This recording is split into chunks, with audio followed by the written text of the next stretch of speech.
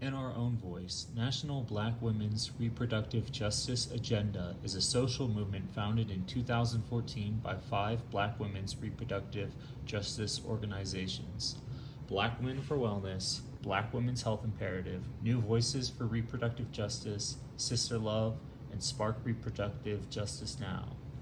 Other organizations have joined this group as well, such as Sister Reach, the Afia Center, and Women with a Vision. Marcella Howell was the former president of the organization since its founding in 2014, and since 2023 it has been led by Regina Davis Moss. In Our Own Voice's primary goal is to secure reproductive justice for Black women, girls, and gender-expansive people across the nation. Reproductive justice can be defined as the belief that women have the right to have children, women have the right to not have children, and women have the right to nurture the children they have in a safe and healthy environment. I will be using Black feminist theory in my argument. It was developed by Patricia Hill Collins in her book, Black Feminist Thought. Black feminist theory centers itself around the lived experiences of Black women, particularly the intersectionality of racism and sexism that they face often in their lives. I am standing at the site where on August 29, 1904, Joe Martin was lynched on the corner of Grand Avenue and 6th Street. Joe Martin was a Black man who was arrested several times in Laramie. After his third arrest, Joe Martin was sentenced to 6 months in the county jail. While incarcerated, Sheriff Cook granted him the status of trustee, which allowed Joe to work within the courthouse. Joe allegedly attacked a kitchen worker named Della Cross, who was also a white woman working within the courthouse. Joe was nearly beaten to death by Sheriff Cook after this incident. Joe was beaten so badly that he needed medical attention, and a doctor was sent to attend to his injuries. However, as soon as word got out that Joe attacked a white woman, the white men of Laramie gathered together and dragged him out of his jail cell. They took Joe to the southwest corner of Grand Avenue and 6th Street and hung him from a streetlight pole. Some reports say that Joe's lynching drew a crowd of over 1,000 people, with women and children in attendance, and Laramie's population at the time was around 8,000 people.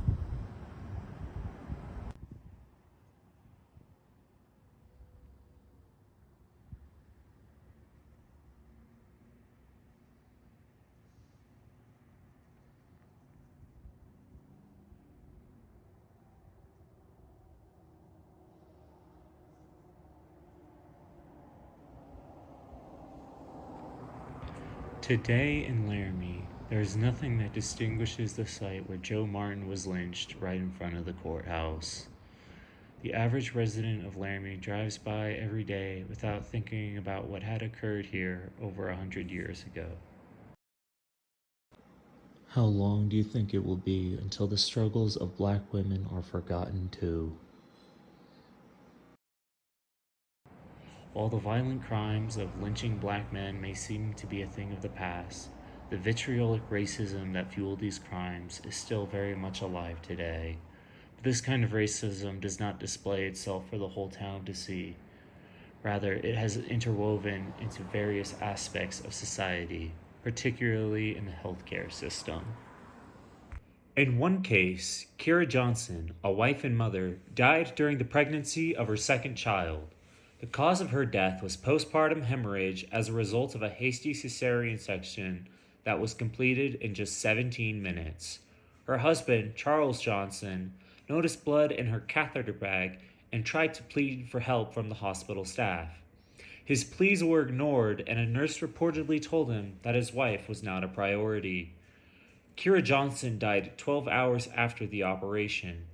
Kira Johnson's case demonstrates how the intersectionality of racism and sexism that Black women face can manifest as an improperly conducted cesarean section that causes the death of a mother.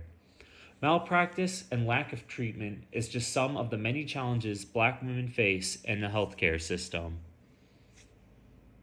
As a result of not only the intersectionality of racism and sexism, but also factors such as the chronic stress from racism and drivers of health, which can be defined as the conditions in the environments where people are born, live, learn, work, play, worship, and age that affect one's health. Black women are at a greater risk of maternal mental health disorders during pregnancy and the postpartum period. Postpartum depression is 80% higher in black women than it is in white women. Additionally, black women are 2 times more likely to report suicidal ideation than white women.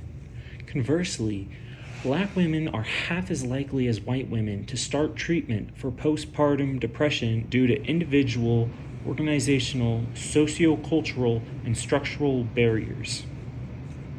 In their 2024 article titled Black Maternal Mental Health, Herrick and Burkhardt state, individual barriers include stigma or not being informed of resources. Organizational barriers include lack of resources and service fragmentation.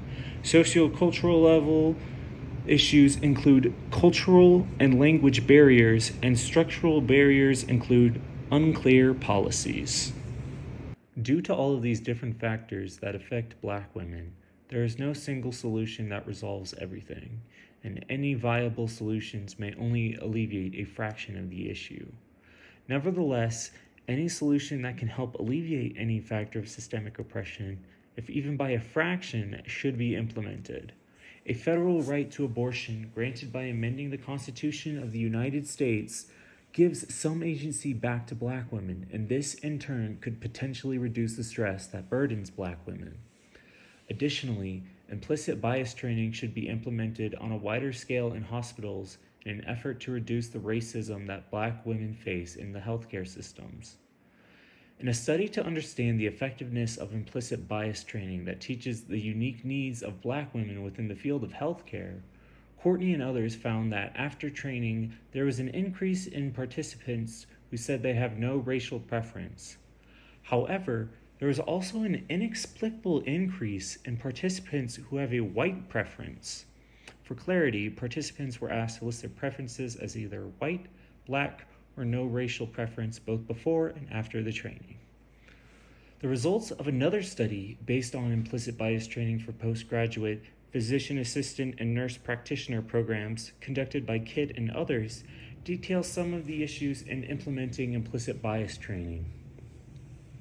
These issues include uncertainty in how to incorporate implicit bias training, lack of strategic alignment with training program or sponsoring institution, time constraints, financial constraints, lack of access to content experts, and unfamiliarity with evidence supporting implicit bias training.